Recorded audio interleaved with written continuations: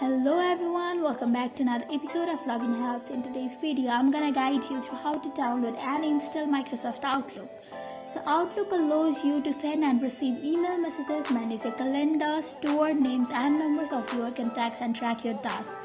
So if you want to enter in the world of Microsoft Outlook, let's learn how to install it first. To learn how, keep watching the video till the end and do not forget to subscribe to our channel by hitting the subscribe button. Press the notification bell icon so that you'll never miss another update from us. Now, to install Microsoft Outlook account, first of all tap on Play Store. Now go to the search box and type Microsoft Outlook. Now tap on the green button of install. So the Microsoft Outlook has already been installed. Now we just have to tap on open to use it. So that is how we can easily install Microsoft Outlook. I hope you found the video to be helpful. If you did, go ahead and give us a thumbs up, comment down below in the comment section if you have a comment or a feedback for us. I'll soon be back with more tutorial like this. Goodbye till then.